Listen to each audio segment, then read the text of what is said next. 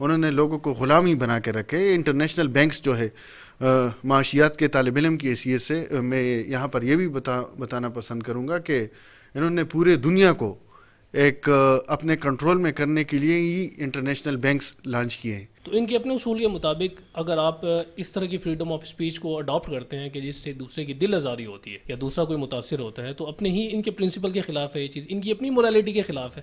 کیونکہ وہ فیلڈ مردوں کی نہیں ہے تو اس وجہ سے مردوں کی گواہی کا اعتبار ہی نہیں ہے. بالکل بالکل. اب یہاں پر تو پھر ہونا یہ چاہیے کہ مردوں کو رونا چاہیے کہ مرد کھڑے ہو جائیں یہاں پر بالکل کہ ہماری تو گواہی کا اعتبار ہی نہیں کیا گیا، تو ہمیں بھی مساوات کا درس دینا چاہیے.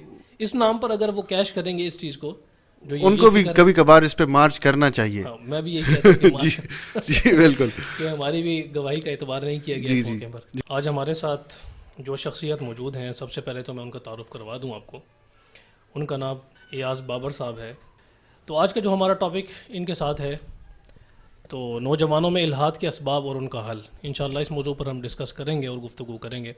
السلام علیکم ورحمۃ اللہ وبرکاتہ. وعلیکم السلام. کیسے ہیں؟ الحمدللہ. آپ سنائیں. جی جی الحمدللہ. بہت شکریہ، آپ نے دعوت دی، بہت شکریہ. جی جی جزاک اللہ آپ کو جزائے خیر دے. تو آج کل آپ کی کیا مصروفیات ہیں، کیا کر رہے ہیں آپ آج کل؟ آج کل تو تعلیمی حوالے سے تو معاشیات کا طالب علم ہوں انٹرنیشنل اسلامک یونیورسٹی میں. اچھا ماشاء وہ اللہ. پڑھائی چل رہی ہے. اس کے ساتھ ساتھ نوجوانوں میں دین بیزاری کی جو لہر دوڑ رہی ہے ہمارے معاشرے میں، اس کے اکابر کی ہدایات کی روشنی میں اپنی سی کوشش بھی کر رہا ہوں. ویسے آپ کیا سمجھتے ہیں جو اس کے کازز ہیں، جو اسباب ہیں، what are the main causes of atheism? اور آپ کیا سمجھتے ہیں اس حوالے سے جو کیا اسباب ہو سکتے ہیں کہ جو نوجوانوں میں آج کل دین سے بیزاری پیدا ہو رہی ہے یا پھر عقائد کے حوالے سے اس طرح کی بیزاری پیدا ہو رہی ہے؟ تو آپ کیا سمجھتے ہیں اس حوالے سے اس کے سبب کیا ہو سکتے ہیں؟ جی، اس پر بات کرنے سے پہلے یہ بھی وضاحت ضروری سمجھتا ہوں کہ یہ جو ایتھیزم ہے، الحاد ہے، یہ اختصاصی مضمون نہیں رہا میرا کبھی. البتہ اس حوالے سے متعدد شخصیات کو پڑھنے کے بعد اس میں جو گراؤنڈ ریئلٹی ہے، لوگوں کو دیکھنے کے بعد جو مجھے کچھ حاصل کرنے کا موقع ملا تو وہ میں آپ سے عرض کر دیتا ہوں. ٹھیک ہے. اس کے اسباب کچھ تو دینی طبقے کی بے رخی اور ان کی غفلت کا نتیجہ ہے، اور کچھ اس کے کازز معاشرتی اسباب ہیں، اور کچھ اس کے نفسانی اسباب ہیں. اگر ہم سب سے پہلے، چونکہ میرا بھی تعلق علماء کی برادری سے ہے، آپ کا بھی ہے الحمدللہ، تو ہم اس سے آغاز کر لیتے ہیں.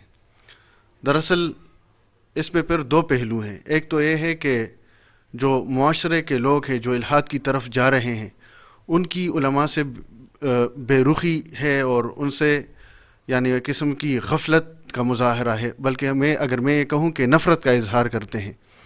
دراصل جو کولونیل پاورز ہیں نا، انہوں نے جس طرح مختلف مسلم ممالک کو کالونیز میں کنورٹ کیا، تو اس کے ساتھ ساتھ انہوں نے صرف رقبے پر قبضہ نہیں کیا، ان کے وسائل پر قبضہ نہیں کیا، بلکہ ذہنوں پر بھی قبضہ کیا.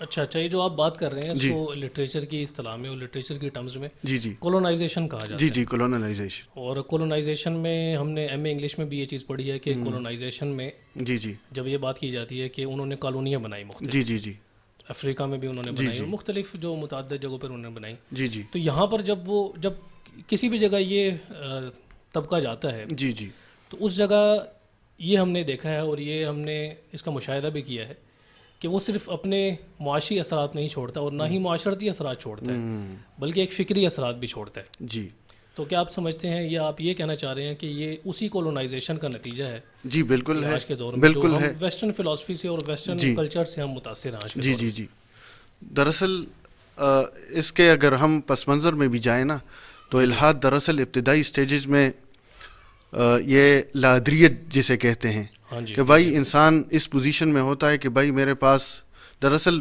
اس سے پہلے اگر ہم جائیں تو الحاد قدیم اور الحاد جدید کی ہم بات کر لیتے ہیں. جی بالکل. دراصل یہ ہے کہ الحاد کے ساتھ آج کل ایک لفظ لگا رہتا ہے، وہ ہے جدید. تو اس جدید کا کیا مطلب ہے؟ جدید بھی لگا رہتا ہے. جی تو اس کا مطلب یہ ہے کہ کوئی قدیم بھی ہوگا. دراصل الحاد کا جو لفظ ہے نا، یہ عمومی لفظ ہے. دراصل اگر آپ قرآن مجید میں اگر دیکھیں یا سنت میں دیکھیں یا اسلامی ادبیات میں دیکھیں تو الحاد کا لفظ بدعت پر بھی بولا گیا ہے، کیونکہ اس کے لغوی معنی تو انحراف کے ہیں. بھائی جو بھی دین کی صحیح تعلیمات سے منحرف ہوا اس کو کہتے تھے ملحد. اسی طرح کوئی بدعت ایجاد کر لی یا کوئی اسلام کے کسی عقیدے کا انکار کیا، اس کو ملحد کہا جاتا تھا. دراصل الحاد کی یہ موجودہ شکل یہ پہلے کبھی نہیں رہی مذاہب میں، اس لیے کہ اللہ تعالیٰ کا انکار بالکلیہ کسی مذہب میں نہیں رہا. اللہ تعالیٰ کو سب مانتے تھے، البتہ خدا کے متعلق کچھ گمراہ کن عقائد ان میں سرایت کر گئے تھے. مثلاً کہ ایک میں یہ جاننا چاہوں گا آپ کی بات کو میں انٹرپٹ کر رہا ہوں.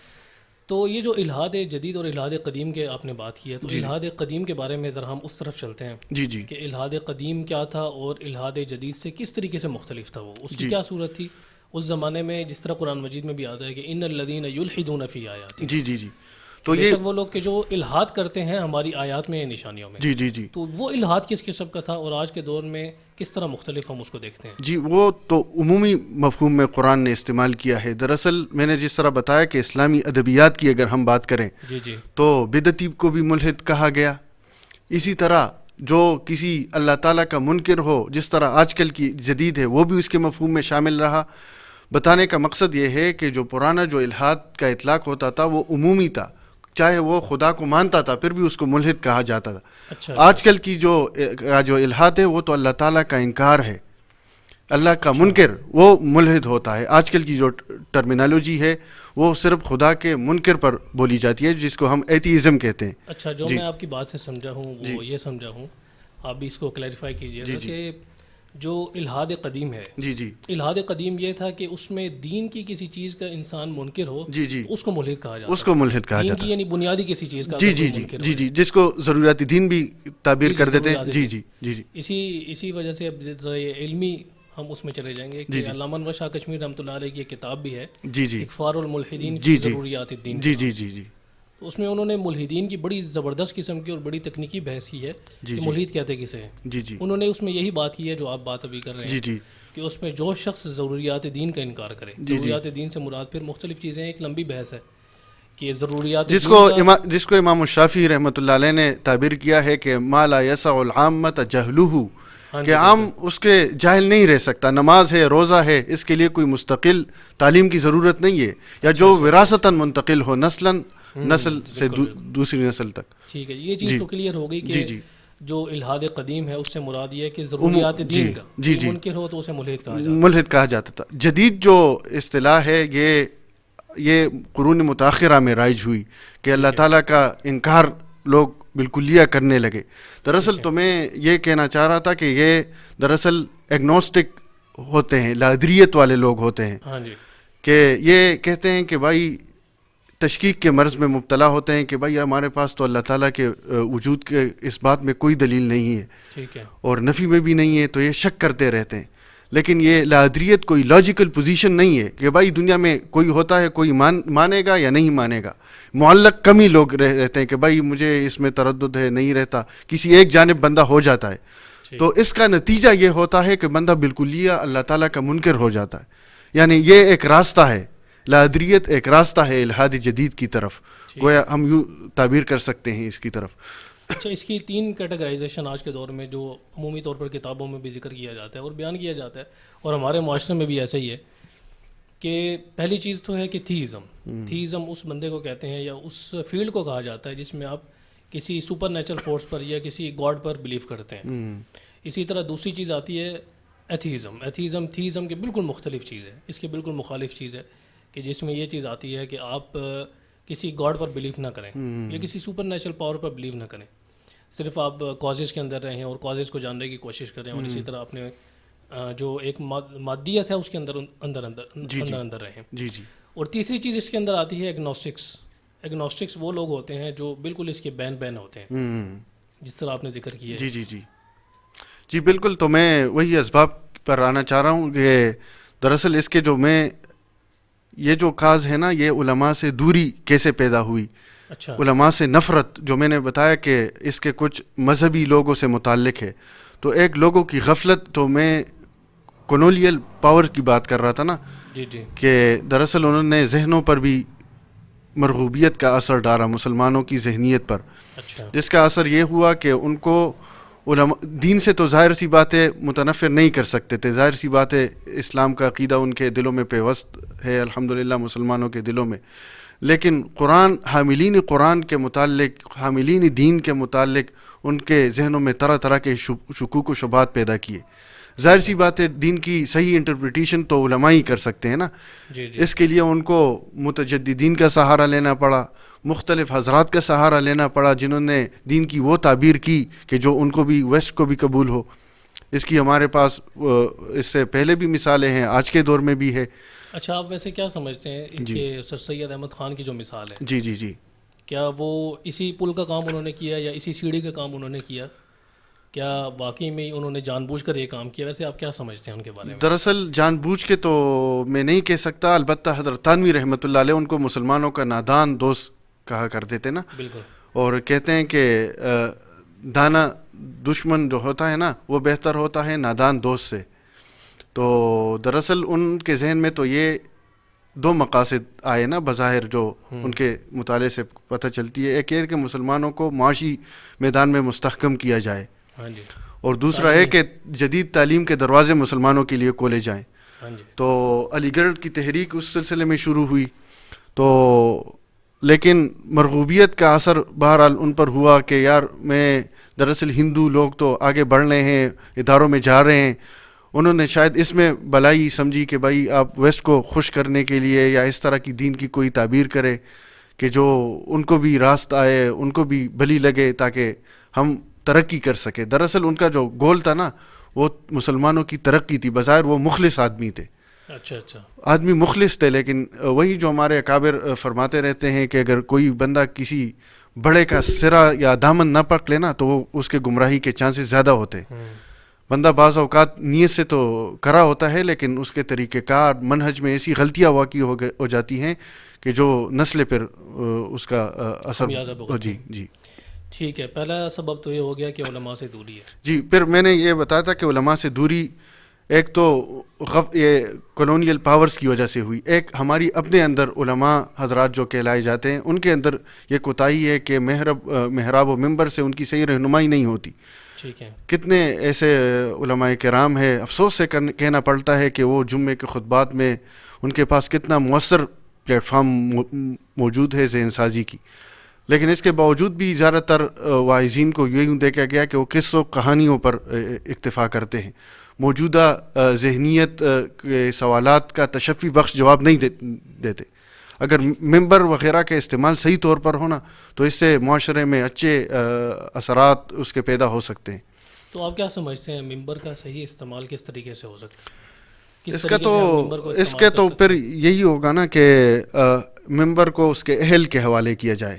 ٹھیک ہے، اس حوالے سے علماء کرام کو اگر اس بات پر غور فرمائیں تو یہ ہے کہ ہم ممبر پر کس آدمی کو بٹھا رہے ہیں۔ دراصل دین کی اہمیت بھی معاشروں میں کم ہوتی جا رہی ہے، بس جو بھی بس نماز پڑھائے، بس جیسا بھی ہو وہ ان کی امور میں مداخلت نہ کرے، بس اس کو نماز سے کام ہو، ہمیں ایسا امام چاہیے معاشروں کو۔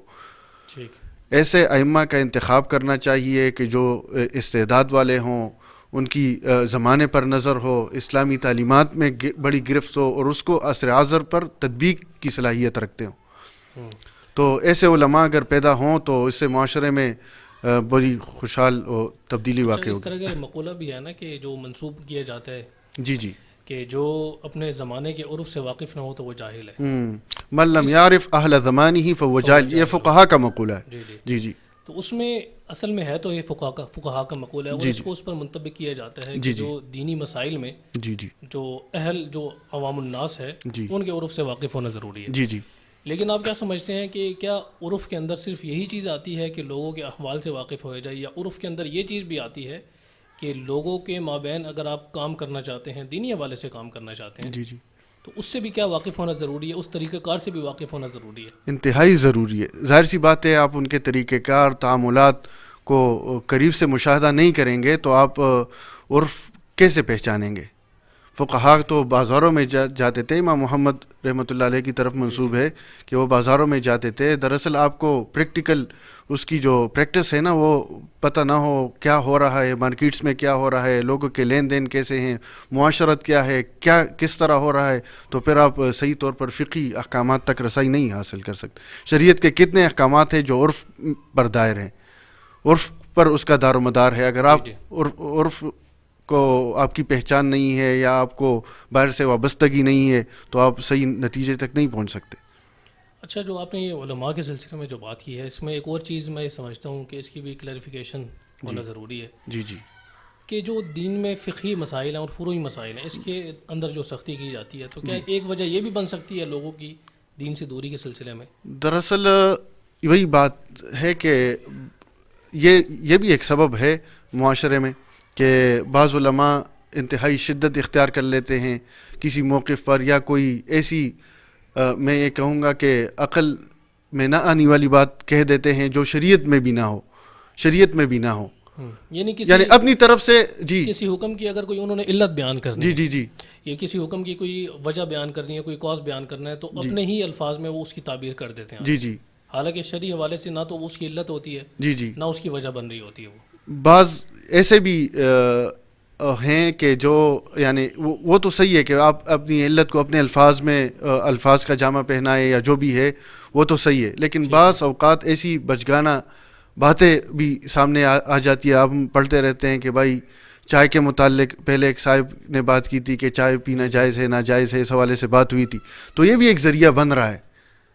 اچھا, کہ چائے جائز ہے ناجائز ہے. ظاہر سی بات ہے ایک چیز بالکل بدیہی ہو, اس میں کوئی عالم بات کرے تو ذہن میں نہیں آئے گی نا. جدید ذہن تو ظاہر سی بات ہے سوالات اٹھائے گا, اور ظاہر سی بات ہے وہ تو پھر دیگر علماء کے موقف کو تو وہ نہیں دیکھیں گے نا, وہ تو سمجھیں گے بس یہی ایک عالم ہے, دیکھو یہ پورے دین کو ریپرزینٹ کر رہا ہے. یعنی یہ سمجھ میں آتا ہے کہ جو علماء ہیں جی وہی ہمارے اسلام کو اور دین کو ریپرزینٹ کر رہے ہیں. جی. تو ان کا کردار ہوگا وہ مثالی ہوگا لوگوں کے سامنے. اگر اچھا کردار ہوگا تو اسی کے ذریعے اسلام کا پیغام آگے جائے گا. بالکل. اور اگر اچھا کردار نہیں ہوگا یا پھر اچھے طریقے سے وہ اسلام کی تبلیغ آگے نہیں پہنچا تو اسی سے پھر وہ پورٹرے ہوگی ان کی جو ظاہر سی بات ہے. آپ نے تاریخ کا مطالعہ کیا ہوگا, یہ وسطی ایشیائی ریاستیں جو ہیں اس میں کوئی سریہ یا کوئی مہم جوئی نہیں کی گئی, بلکہ جو بھی حضرات گئے تجارت کی غرض سے گئے اور ان کے کردار اور اخلاق کو دیکھ کر لوگ مشرف بے اسلام ہوتے گئے. بالکل ایسے جی ٹھیک ہے. اچھا, یہ تو ایک سبب ہو گیا. اچھا, دوسرے اسباب میں پھر آپ کیا سمجھتے ہیں؟ نفسانی جدت ہے جو ہماری جدت ہے, یہ جدت کے اندر ہماری انڈسٹری ہے جی, اور اسی طرح ہمارا انٹرنیٹ ہے جی اور اسی طرح ویسٹرن تھاٹس ہیں, یہ ساری چیزیں جدت کے اندر آتی ہیں. جی. تو آپ کیا سمجھتے ہیں کہ یہ بھی سبب ہو سکتا ہے آج کے دور میں نوجوانوں کا دین سے دوری کے سلسلے میں؟ دراصل اس حوالے سے بہت لوگ اعتدال سے ہٹے ہوئے ہیں. بعض لوگ بالکل جدت کے منکر ہے کہ جدت نامی کوئی چیز نہیں ہے, اور بعض لوگ اس کو ہی عینی ایمان سمجھ رہے ہیں کہ بھائی یہی چیز ہے. دراصل اس کی وضاحت اس لیے بھی ضروری ہے کہ شریعت نے ہر نئے کام کو منع نہیں کیا, بلکہ نئی چیزیں اس معنی کر کے اگر آئے نا کہ کوئی نیا طریقہ رائج ہو, جس طرح سلمان فارسی رضی اللہ تعالیٰ عنہ نے مشورہ احزاب کے موقع پر دیا تھا خندق کا, وہ ایک نیا آئیڈیا تھا عرب کے لیے. عرب کی زمین پر خندقیں نہیں کھودی جاتی تھی, ٹھیک ہے, تو شریعت اس کی حوصلہ شکنی قطعاً نہیں کرتی ہے. تو میں نے بطور مثال ذکر کیا, اس کی کئی مثالیں دی جا سکتی ہیں. اس طرح عمرو بن العاص رضی اللہ تعالیٰ عنہ نے یہ بلیک آؤٹ جو ہوتا ہے نا, یہ ان کی طرف منسوب ہے کہ پہلے انہوں نے کیا. ایک نئی چیز ہے, دشمن کے لوگوں کو کہا کہ آپ رات کو آگ نہ جلایا کرے, تو ایک نیا آئیڈیا تھا. تو اس معنی کر کے جدت کوئی بری چیز نہیں ہے. البتہ جو مسئلہ آ رہا ہوتا ہے اس میں یہ ہے کہ ہم جدید تقاضوں کو دین پر غالب کر دیتے ہیں. یعنی دین کا مزاج و مذاق اور ان کے اصول و قواعد کو ایک سائڈ پر کر کے جدید تقاضوں کو اس پر غالب کر دیتے ہیں. یعنی ہونا تو یہ چاہیے کہ بھائی جدید جو بھی چیزیں سامنے آئی, جدید باتیں سامنے آئی, ان کا قواعد شرعیہ کی روشنی میں تجزیہ کیا جائے اور اس کا حل بتایا جائے. لیکن ہماری نفسیات جو جدت وغیرہ کے نتیجے میں پیدا ہو رہی ہیں وہ یہ ہے کہ بھائی دین کو اس طرح کیا جائے جو جدید دنیا کو قابل قبول ہو. اچھا, ویسے میں یہ سمجھتا ہوں کہ جو جدت سے مراد جو میری ہے کہ ایک تو ہے جدت سے تو ظاہر سی بات ہے اس قسم کی جدت سے جی جی دین جو ہے وہ منع نہیں کرتا اور نہ ہی اس کی حوصلہ شکنی کرتا جی ہے، جی جی بلکہ اس کی حوصلہ افزائی کرتا ہے جی جی کہ آپ جدید آلات کو استعمال کریں، جدید سہولیات کو استعمال کریں۔ لیکن میں یہ کہنا چاہ رہا ہوں کہ جب سے انڈسٹری آئی ہے اس وقت کے بعد ہمیں ہر چیز تیار ملتی ہے جی جی آج کے دور میں۔ جی جی آج کے دور میں روٹی ہمیں تیار ملتی ہے، آج کے دور میں ہمیں کھانا تیار ملتا ہے، تو اس وجہ سے ہمیں نہ تو اس کے پروسیجر کا علم ہے کہ وہ کس طریقے سے ہم تک پہنچتا ہے، اور نہ ہی اس کی اہمیت کا اندازہ ہے۔ جی جی آج کے دور میں ہم یہاں سے باہر نکلتے ہیں، میک ڈونلڈ پہ چلے گئے، کے ایف سی پہ چلے گئے، ہمیں تیار شدہ برگر ہمارے ہاتھ میں ملتا ہے جی جی اور ہم اسے کھاتے ہیں، اور ہمیں اس کی اہمیت کا اندازہ نہیں ہوتا کہ یہاں تک جو یہ پہنچا ہے کتنے مراحل سے گزر کر پہنچا ہے۔ جی جی ہم اسے یہی سمجھتے ہیں کہ سب یہ ایک فطری طور پر ہم تک پہنچا ہے، لیکن فطرت اس میں کار فرما ہے، کوئی شک نہیں اس بارے میں۔ جی جی جی لیکن اس کے پیچھے اگر دیکھا جائے تو اس کے پیچھے پورا پروسیجر ہوتا ہے۔ اگر آپ ایک کسان کو دیکھیں، ایک کسان کو کس سے لو ہوتی ہے؟ جب اس کی فصل تیار ہوتی ہے اور بارش ہونے والی ہوتی ہے، اس کو لو صرف اللہ تعالیٰ سے ہوتی ہے۔ تو جب سے انڈسٹری بنی ہے تو اس کے بعد سے عام لوگ اس چیز سے دور ہوتے جا رہے ہیں، فطرت سے، اور فطری جو چیزیں ہیں کہ کس طرح فطری طور پر ساری کی ساری چیزیں ان تک پہنچ رہی ہیں، اس سے وہ دور ہوتے جا رہے ہیں۔ تو میں یہ سمجھتا ہوں کہ جب سے انڈسٹریلائزیشن ہوئی ہے اور جب سے جدت اس طریقے سے لوگوں میں آئی ہے، جی تو اس کا سبب کسی طور پر اور اس کا ایفیکٹ جی اور اس کا اثر لوگوں پر یہ پڑا ہے کہ لوگ اس چیز سے دور ہوتے جا رہے ہیں۔ جی اللہ تعالیٰ سے ان کا جو عقیدہ ہے وہ اس وجہ سے دور ہوا، گاڈ سے ان کا بلیف اس وجہ سے دور ہوا، سپر نیچرل پاور سے اس وجہ سے ان کا بلیف دور ہوا جی جی کہ ہر چیز انہیں پلیٹ میں تیار مل رہی ہے آج کے دور جی میں۔ جی جی تو میں یہ سمجھتا ہوں کہ اس کا یہ ایفیکٹ ہے، نہ کہ اس کی ایک وجہ ہے۔ جی بالکل، میرے خیال میں تو یہ ہے کہ جو جدید آلات آئے ہیں جس کی وجہ سے انسانی زندگی سہولت سے گزر رہی ہے، لیکن اس کے ورے جو کارفرما چیز ہے، جس طرح آپ نے فرمایا کہ اسباب کی طرف وہ جا رہی ہے کہ جدید چیزیں آ گئیں تو وہ اللہ کی طرف لو والی بات ہے، تو اس کا اصل مرض جو میں سمجھا ہوں وہ ہے مادیت ہے۔ ہاں جی، مادیت مستقل ایک فتنہ ہے جس کو میں نفسانی اس قسم میں وجہ میں ذکر کرنا چاہ رہا تھا، لیکن ادھر ہی ذکر کر دیتا ہوں کہ نفسانی انسانی خواہشات اتنی لاتعداد ہے، انسان اس سے کوشش کرتا ہے کہ میرے پاس یہ ہو یہ ہو یہ ہو۔ یہ انڈسٹریلائزیشن ہی کی وجہ سے ہوئی ہے نا جی جی بھائی، یہ تبھی ممکن ہوا ہے نا کہ میرے پاس یہ ہو۔ یہ جو اسباب پہلے زمانے میں بھی ہوتے تھے، لیکن میں آج کل کی کہہ رہا ہوں کہ انسان کی مادیت وہ اس کی روحانیت پر بہت زیادہ غالب ہو گئی ہے۔ اس کی وجہ یہ ہے کہ انسان یہ چاہ رہا ہے کہ بھائی میرے پاس دنیا کا اسباب اور یہ چیزیں زیادہ سے زیادہ ہو اور میں لوگوں میں ممتاز نظر آؤں۔ ٹھیک تو ہے۔ یہ مادیت جس کو ڈاکٹر اسرار صاحب موجودہ دور کا بدترین شرک بھی کہا کرتے تھے، شرک کہتے تھے اس کو، کہ بھائی آپ مادیت کو اس درجے پہ لائے کہ ہر چیز کو بجائے شریعت کے روشنی میں جج کریں، آپ مادیت سے جج کریں۔ آپ دیکھیں کتنے دانشور ہیں وہ صرف مادیت کی طرف ان کی نگاہ پہنچتی، کوتان نگاہی۔ مادیت کی جو یہ بات آئی ہے تو بالکل ایسے ہی ہے کہ مادیت ایک بہت بڑا فتنہ ہے، قرآن مجید بھی اس کو کہتا ہے کہ فتنہ ہے۔ لیکن اگر آپ عقل عام سے دیکھیں اور انسان کی عام عقل سے دیکھیں اس چیز کو، جی تو مادیت کس حوالے سے آپ سمجھتے ہیں کہ فتنہ ہو سکتا ہے اور اس سے کس طرح بچا جا سکتا ہے؟ جی وہی بات کہ مادیت اگر آپ کی روحانیت پر اثر انداز ہو، مادیت اس طور پر کہ بھائی میرے پاس میرا اپنا مکان ہو، میری گاڑی ہو، اور اپنے جو اسباب زندگی ہو وہ بہتر سے بہتر ہو، اس معنی کر کے تو یہ اچھی بات ہے، لیکن یہ اتنا غالب ہو کہ انسان لالچ تک پہنچے۔ ظاہر سی بات ہے اس پر آگے بڑھ کے بندہ کبر بھی کرے گا، کبر بھی اس پر ہوتا ہے کہ میرے پاس اسباب زیادہ ہیں، یا حسد کرے گا دوسرے کے پاس ہے میرے پاس کم ہے، تو اس سے لاتعداد روحانی بیماریاں پھیل جاتی ہیں۔ تو اس حوالے سے یہ ایک فتنہ ہے، اور اس حوالے سے بھی کہ قرآن مجید نے ایک لفظ کلمہ طیبہ کا ذکر کیا ہے، اور ایک شجرہ طیبہ اور ایک شجرہ خبیثہ کا کیا ہے، اجتثت من فوق الارض ما لها من قرار۔ تو شجرہ طیبہ تو وہی ہے، کلمہ توحید ہے، اس کے مقابل جو بھی کلمہ آئے گا، چاہے وہ کفریہ کلمات ہو، الہادی کلمات ہو، یا مادیت پرست لوگوں کے کلمات ہو، وہ شجرہ خبیثہ میں شامل ہے۔ جی ٹھیک ہے، آگے بڑھتے ہیں۔ دوسری آپ نے ایک جو بات کی علماء کے حوالے سے تو چلیں وہ بات ہو گئی ہے، دوسری ایک چیز میں یہ سامنے رکھنا چاہتا ہوں کہ جی آج کے دور میں لیک آف اجتہاد، یعنی اجتہاد کی جو کمی ہے یا جو اجتہاد کا فقدان ہے، جی چاہے وہ شرعی مسائل میں ہو، فروعی مسائل میں ہو، یا پھر ہمارے معاشرے میں جس طریقے سے ہم رہتے ہیں اس طرح کے مسائل کے حوالے سے ہو، جی جی تو کیا آپ یہ سمجھتے ہیں کہ یہ بھی وجہ ہو سکتی ہے اس سلسلے میں کہ جو نوجوان نسل ہمارے دین سے دور ہو رہی ہے؟ وہی بات پھر میں دہراؤں گا کہ دراصل بعض علماء کے کا رجحان یہ ہوتا ہے کہ وہ بالکل اپنی جگہ سے بالکل نہیں ہلتے، جو بالکل روایت پسند ہوتے ہیں، جو شریعت کی دی ہوئی رخصت کو بھی جائز یعنی عملاً لوگوں کو بتاتے نہیں ہیں. ٹھیک ہے. البتہ عمومی اعتبار سے اگر ہم بات کریں تو اجتہاد ہو رہا ہے. آپ مجموع الفقہ الاسلامی کا آپ کے علم میں ہوگا، اس طرح کی مختلف جو مجامع ہیں وہ جدید مسائل پر غور کر کے اس کا حل امت کو پیش کرتی ہیں. یعنی کوئی نیا پیش آمدہ مسئلہ نہیں ہے کہ جس پر ان کے درمیان بحث و مباحثہ نہ ہوا ہو یا انہوں نے کوئی اس کا حل نہ بتایا ہو شریعت کے قواعد کی روشنی میں. البتہ اس طور پر یہ بن سکتی ہے کہ وہی بات پھر میں کہوں گا کہ ہمارے جو علماء ہیں نا، ان میں جو بعض ہوتے ہیں، ظاہر سی بات ہے اب معاشرے میں جو آدمی جس عالم کو دیکھے گا وہ ہی اس کے ایک ریپرزینٹیٹیو ہے دین کا. تو اگر اس میں کمی ہے تو وہ ہم کل کی طرف منسوب میرے خیال میں کرنا جائز نہیں ہوگا.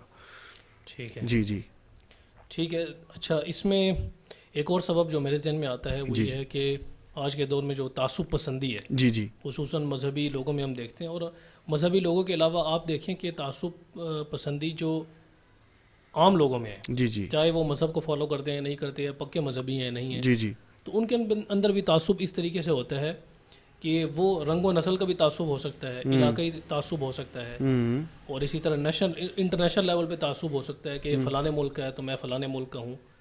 تو یہ جو تعصب ہے خصوصاً مسلمانوں میں ہم دیکھتے ہیں بہت زیادہ ہے. رنگ و نسل کا تعصب ہے، پریجوڈیس جسے ہم انگلش میں کہتے ہیں. جی اور اسی طرح خصوصاً آپ دیکھیں کہ جو غیر مسلم ہیں ان کے ساتھ بھی تعصب ہوتا ہے. جس طرح قادیانی ہیں، ان کے ظاہرہ دائرہ اسلام سے تو خارج ہیں، اس میں تو کوئی شک و شبہ نہیں ہے. لیکن اس کے ساتھ ساتھ تعصب اس طرح کا پیش کیا جاتا ہے کہ ان کے ساتھ لین دین چھوڑ دینا اور ان کے ساتھ اس طریقے سے بھی رہنا پسند نہ کرنا کہ جس طریقے سے عام انسانوں کے ساتھ رہا جاتا ہے. اسی طرح غیر مسلم ہیں، عیسائی ہیں یا پھر یہودی ہیں، ان کے ساتھ اٹھنا بیٹھنا ظاہر ہے اس کی بھی حدود ہیں، شریعت نے بتلائی ہیں. میرا مقصد وہ نہیں ہے کہ یہاں پر اس کو ڈسکس کیا جائے. جی لیکن ایک تعصب اس طرح تعصب ان کے ساتھ برتنا کہ ایک نفرت کا عنصر دوسرے لوگوں تک پہنچے اور انٹرنیشنل لیول پہ بھی اس کا تعصب جائے، تو پھر اس کا یہ سمپتھی ووٹ حاصل کرتے ہیں دوسروں سے اور پھر مسلمانوں کے خلاف اس ہتھیار کو استعمال کرتے ہیں. جی تو میں سمجھتا ہوں یہ بھی بہت بڑی وجہ ہے کہ پریجوڈس جو ہم لوگوں کے اندر ہے، خاص طور پر مسلمانوں کے اندر ہم دیکھتے ہیں انڈو پاک میں، تو اس چیز کو پھر دوسرے جو مذہب کے لوگ ہوتے ہیں، یہ جو ایتھیسٹ ہوتے ہیں، لبرل ہوتے ہیں، تو اس چیز کو پھر وہ کیش کرتے ہیں. جی بالکل ایسا ہی ہے. لبرلزم اگر ہم تھوڑا سا ٹچ کریں تو یہ ہے کہ ان کے دو بنیادی باتیں ہیں کہ ایک تو فریڈم کو میکسیمائز کرنا اور ایک ایکویلٹی کو. جی ظاہر سی بات ہے کہ شریعت کی نظر میں عدل کی اصطلاح استعمال ہوتی ہے نا، عدل. بعض لوگ کہتے ہیں بس برابری کا مفہوم وہ یہ سمجھتے ہیں کہ بھائی بالکل کسی چیز سے قطع نظر کر کے بس برابری ہو. شریعت میں تو برابری وہ صرف بنیادی حقوق میں ہے، باقی تو عدل ہے. بھائی کفات کا مسئلہ ہے، آپ یہ کیوں نہیں کہتے کہ اس میں سب برابر ہے؟ شریعت نے اعتبار کیا ہے اس کا. اس طرح مختلف چیزوں میں شریعت نے عدل کا جو مظہر ہے نا وہ اس میں نظر آتا ہے. مساوات کا آپ یوں سمجھ لیں کہ بالفرض اگر کوئی دو بچے ہوں کسی کے، وہ گارڈن میں ہوں، اگر وہ ایک کو ٹافی دے دیتا ہے دوسرے کو نہیں دیتا، صحیح ہے؟ کوئی اعتراض کرے کہ بھائی آپ نے دوسرے کو کیوں نہیں دیا، صحیح ہے؟ اب وہ اگر یہ وجہ بیان کرے کہ بھائی مجھے چھوٹے پسند نہیں ہے، یہ جو بڑا والا ہے میں نے اس کو دیا، میں نے چھوٹے کو نہیں دیا، تو کوئی عقل جو جس آدمی میں عقل ہو وہ اس بات کو پسند نہیں کرے گا کہ یہ بالکل وہ بات ہے، اللاجیکل بات ہے.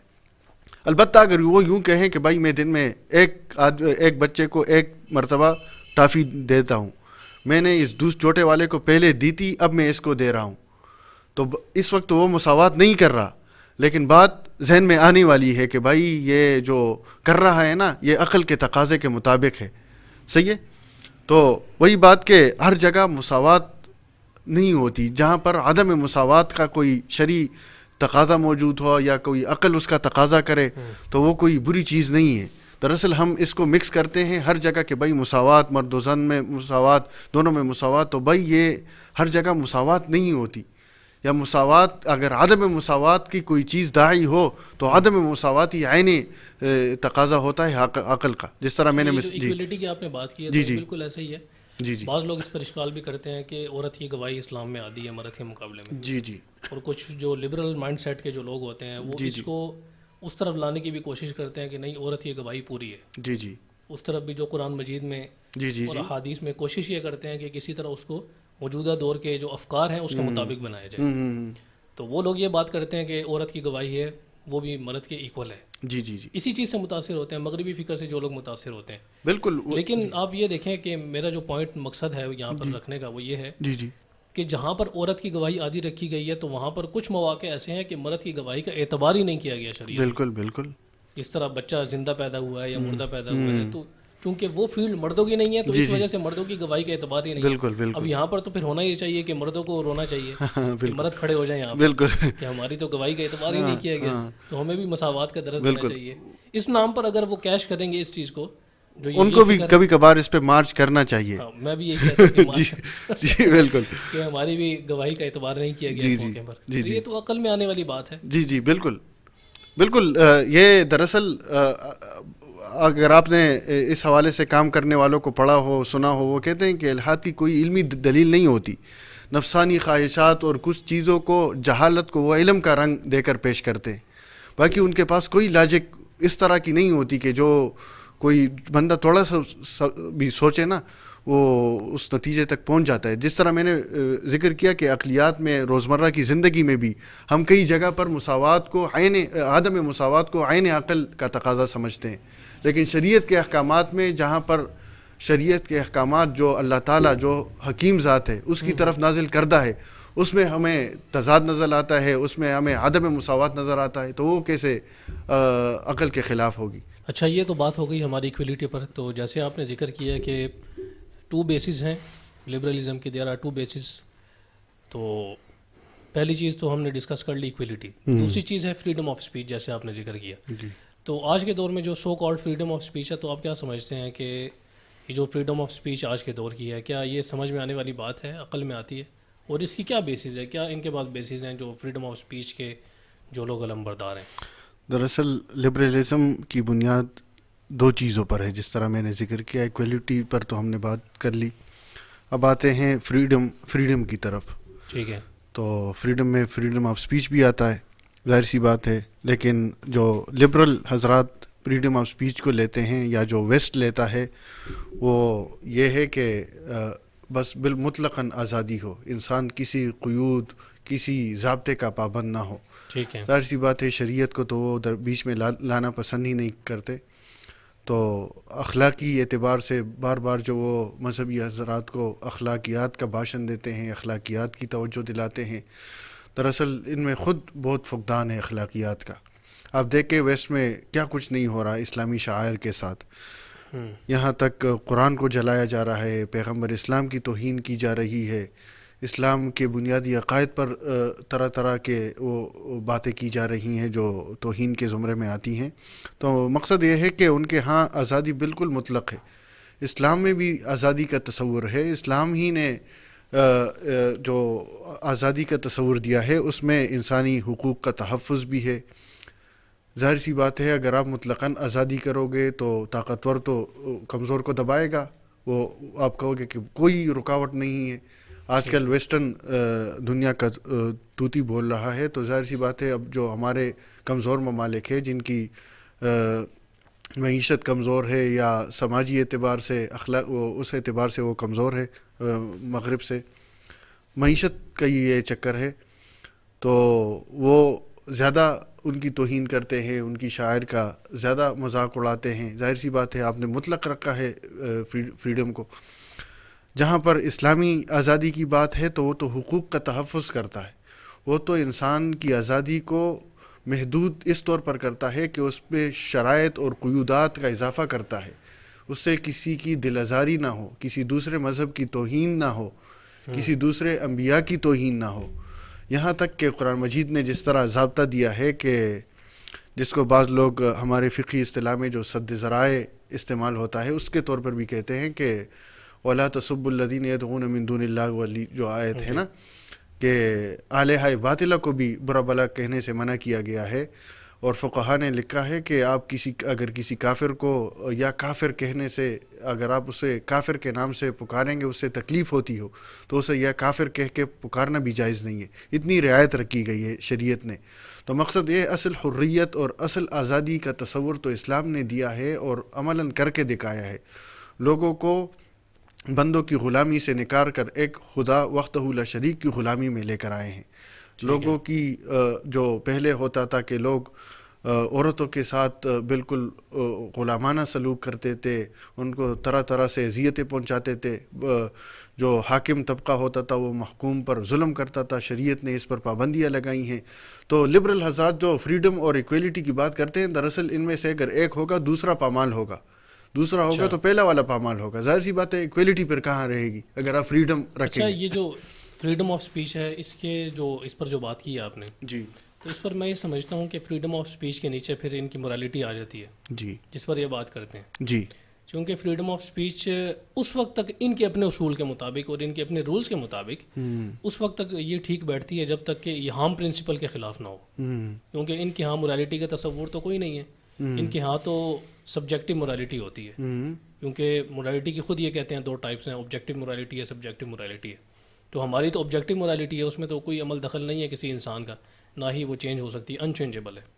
جو اللہ تعالیٰ جس چیز کو صحیح کہیں گے وہ چیز صحیح ہے، جسے اللہ تعالیٰ نے غلط کہہ دیا وہ چیز غلط ہے. تو ان کے ہاں جو ہے اس طرح نہیں ہوتا. یہ کہتے ہیں ان کے ہاں تو خدا کا تصور ہی نہیں ہے. پھر یہ لوگ یہ کہتے ہیں کہ ہماری مورالٹی جو ہوتی ہے وہ ہم سوشل سٹرکچر کے اعتبار سے دیکھتے ہیں، ہم اسے سوشلی یعنی ہم اسے بناتے ہیں. تو اگر ان کی مورالٹی کو دیکھا جائے تو اس میں پھر انہوں نے کچھ اپنے رولز رکھے ہیں، جیسے ہارم پرنسپل ہے، کنسنٹ ہے، اسی طرح ہیپینس ہے. تو اس طرح کے کچھ پرنسپلز ہیں ان کے. تو آپ یہ دیکھیں کہ خود ان کے اپنے اصول کے مطابق اپنا رول ہے ان کا کہ جو ہارم پرنسپل ہے، یعنی ایسا کام کرنا کہ جس سے دوسرے کو تکلیف ہو، تو وہ کہتے ہیں کہ وہ اگینسٹ مورالٹی ہے، دس از اگینسٹ مورالٹی. تو ان کے اپنے اصول کے مطابق اگر آپ اس طرح کی فریڈم آف اسپیچ کو اڈاپٹ کرتے ہیں کہ جس سے دوسرے کی دل آزاری ہوتی ہے یا دوسرا کوئی متاثر ہوتا ہے، تو اپنے ہی ان کے پرنسپل کے خلاف ہے یہ چیز، ان کی اپنی مورالٹی کے خلاف ہے. جو فاؤنڈیشنز انہوں نے رکھی ہیں مورالٹی کی، اس کے اپنے خلاف ہے. تو میں سمجھتا ہوں جو so called freedom of speech ان کی ہے آج کے دور میں، تو وہ تو ان کے اپنے رولز کے اگینسٹ ہے، بالکل ان کی اپنی مورالٹی کے اگینسٹ ہے. تو یہاں پر ہمارا ٹاپک مورالٹی نہیں ہے کہ ہم مورالٹی پر ڈسکشن کریں، اور اسلامک مورالٹی ہے اور جو ویسٹرن مورالٹی ہے. اس پر میں یہ عرض کروں گا کہ یہ جو مختلف اصطلاحات اہل مغرب استعمال کرتے ہیں صرف اہل مذہب کو دبانے کے لیے، ہیومنزم کا بھاشن دیتے ہیں، اس کو بار بار اوپر اس مسئلے کو اٹھاتے ہیں، اسی طرح اخلاقیات کے حوالے سے بات کرتے ہیں. لیکن اس حوالے سے اگر ہم ان کا طرز عمل دیکھیں تو کسی حد تک تو ان میں اخلاقیات ہے کہ ہم سنتے رہتے ہیں باہر ممالک میں ہمارے جو دوست احباب رہتے ہیں کہ بھائی ان میں انصاف ہے، یہ چیزیں ہیں، سب کچھ ہے. کسی حد تک تو یہ نظر بھی آ رہی ہیں اور ہے بھی. لیکن اجتماعی سطح پر اگر دیکھا جائے تو یہ جو ممالک ہے، کمزور ممالک پر قبضے کس نے کیے؟ بر صغیر پر کون دور سے آ کر قابض ہوا تھا؟ افغانستان کو تہس نہس کس نے کیا تھا؟ عراق کو تہس نہس کس نے کیا تھا؟ اس حملے کے بعد کئی سالوں بعد ٹونی بلیئر جب یہ بیان دے رہے ہوں کہ بھائی یہ غلط انفارمیشن کی بنیاد پر یہ حملہ کیا گیا، تو بھائی پتہ نہیں یہ انسان انہوں نے مارے ہیں یا کوئی کیڑے مکوڑے مارے ہیں یا کوئی موذی جانور مارے ہیں کہ بھائی بعد میں بس آپ کو خیال آیا، بس اپنے ایک ایکسپیریمنٹ کیا، بس وہ غلط اس پر تھا، ہم نے کوئی ایکشن لیا وہ غلط انفارمیشن کے بیس پر تھا، بس صرف یہ کہنا کافی ہے. بس یہ ان کی مورالٹی کی وہ ہے. جس طرح کولونائزیشن ہے، جس طرح کی آپ نے مثال دی شروع میں، تو اس میں بھی انہوں نے انسانیت کا کیا حشر نشر کیا ہے. انسانیت شرما جاتی ہے ان کے کارنامے کو پڑھ کر اور دیکھ کر. جی، اور آج کے دور میں بھی ایسے ہی ہے، یہ نہیں ہے کہ یہ کوئی 50 سال پرانی بات ہے. جی، یہ عراق کا عملہ تو بھی 20 سال پہلے کا ہے نا. بالکل. جی. آج بھی آپ دیکھیں اجتماعی سطح پر انہوں نے لوگوں کو غلامی بنا کے رکھے. انٹرنیشنل بینکس جو ہے معاشیات کے طالب علم کی حیثیت سے میں یہاں پر یہ بھی بتانا پسند کروں گا کہ انہوں نے پورے دنیا کو ایک اپنے کنٹرول میں کرنے کے لیے ہی انٹرنیشنل بینکس لانچ کیے ہیں. اچھا. جی. ٹھیک ہے، چلیں جی، یہ تو ہمارا ٹاپک کی دوسری طرف پھر نکل جائے گا. جی. تو بیک ٹو دا ٹاپک. تو تعصب ہمارا ہو گیا کہ پریجوڈس جو ہم نے ڈسکشن کی، تعصب پر ہم نے ڈسکشن کی. تو ایک اور سبب جو ہو سکتا ہے وہ ڈسکرمنیشن ہے، امتیازی سلوک. جی اصل میں یہ تو آتی ہے چیز تعصب کے اندر ہی. تو ہم یہ دیکھتے ہیں کہ ہمارے معاشرے میں خصوصی طور پر، چونکہ ہم نے صرف انہی کی چیزوں کو ہائی لائٹ نہیں کرنا، کچھ کمزوریاں ظاہر سی بات ہے ہماری بھی ہیں. ایک جو مسلم معاشرہ ہے اجتماعی طور پر، اس کی بھی کچھ کمزوریاں ہیں جس کی وجہ سے لوگ جو اسلام چھوڑ کر الحاد کی طرف جاتے ہیں. تو ایک جو میں سمجھتا ہوں کہ امتیازی سلوک ہے اس طرح کے لوگوں کے ساتھ جو لوگ دائرہ اسلام میں نہیں ہوتے یا جو مسلمان نہیں ہوتے، تو ان کے ساتھ اس طرح کا امتیازی سلوک برتا جاتا ہے. یعنی ان کو یہ سمجھا جاتا ہے کہ یہ لوگ نچلے طبقے کے ہیں، یا ان کی اگر کوئی دعوت دے دیں وہ قبول نہیں کی جاتی، یا پھر اس طریقے سے ان کے ساتھ سلوک کیا جاتا ہے کہ گویا کہ وہ ایک نچلی سطح کے انسان ہیں. حالانکہ اسلام تو اس چیز کا خود درس دیتا ہے کہ انسانوں کے مابین کوئی تفریق نہیں ہے، تقوی کی بنیاد پر تفریق ہے. کسی کالے کو گورے پر کوئی تفریق نہیں ہے، کسی گورے کو کالے پر کوئی تفریق نہیں ہے، تقوی کی بنیاد پہ ہے.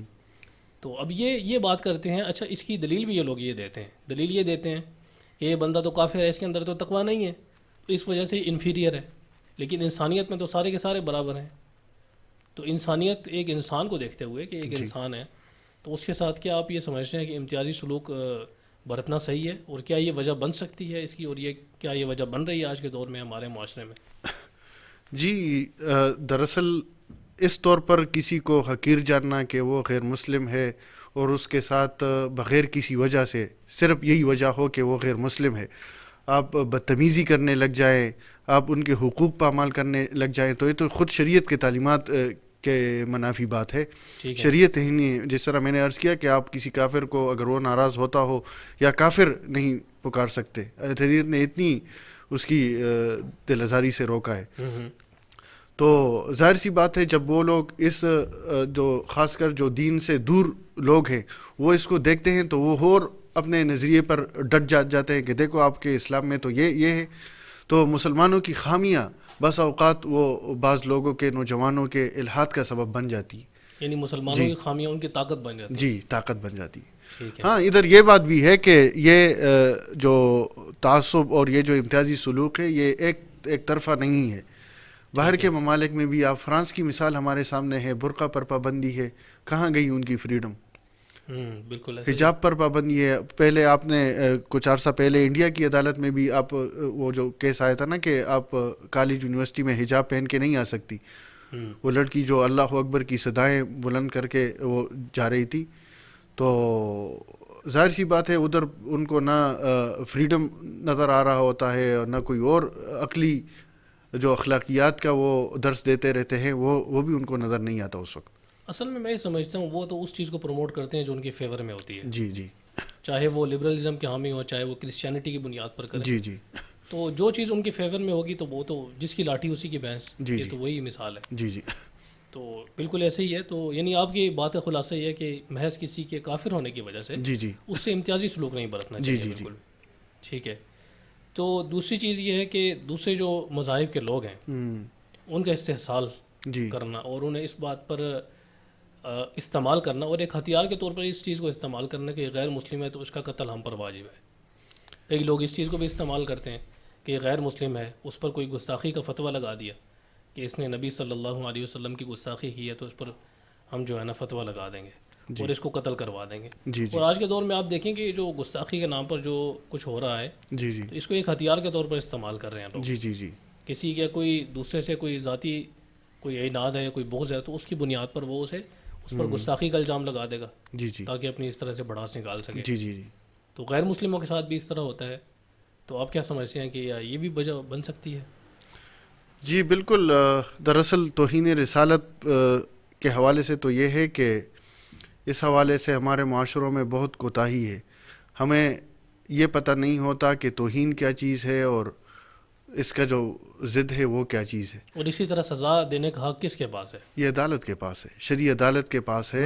اس میں دراصل عدالتوں کی طرف سے بھی کوتاہی ہے اور لوگ تو ان پڑھ ہی ہیں، ان سے تو آپ زیادہ توقع ہی نہیں رکھ سکتے. یہ ہے کہ آپ دراصل ہمارے حضرات کہتے ہیں کہ آپ یہ اختیار کسی کو نہیں دے سکتے ورنہ تو ایک فرقے والے دوسرے کو گستاخ کہہ کے ماریں گے. تو یہ کام عدالتوں کا ہے اور جس کو اتھارٹی حاصل ہو ان کے کرنے کا یہ کام ہے. ٹھیک ہے جی جی ٹھیک ہے. اچھا دوسری چیز ایک یہ بھی ہے کہ ایک سبب کیا یہ بھی ہو سکتا ہے کہ لوگوں کے جو اخلاقیات ہیں، مورالٹی ہے، ایتھکس ہیں، کہ اس کے معیار میں تبدیلی ہو گئی ہے آج کے دور میں. پہلے اگر آپ دیکھیں 20 سال پہلے جو اخلاقیات کا معیار تھا، اسٹینڈرڈ آف مورالٹی تھا، وہ کچھ اور تھا.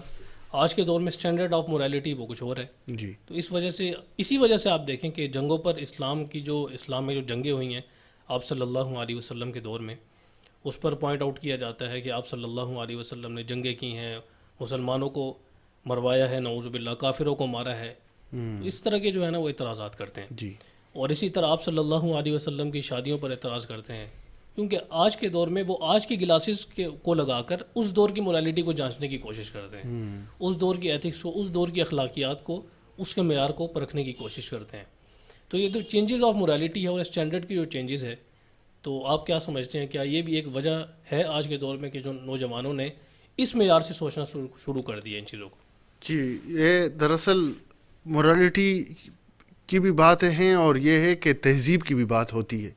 تہذیب کی بھی بات ہوتی ہے، ثقافت کی بھی بات ہوتی ہے. تو بس اوقات ہماری فہم میں کوئی چیز نہیں آ رہی ہوتی، ہماری فہم کے قصور کی وجہ سے یا کوئی اور اسباب ہوتے ہیں، یا ہم اس تہذیب یا اس ثقافت کے حوالے سے ہم پورا تصور ہمارے ذہن میں نہیں ہوتا.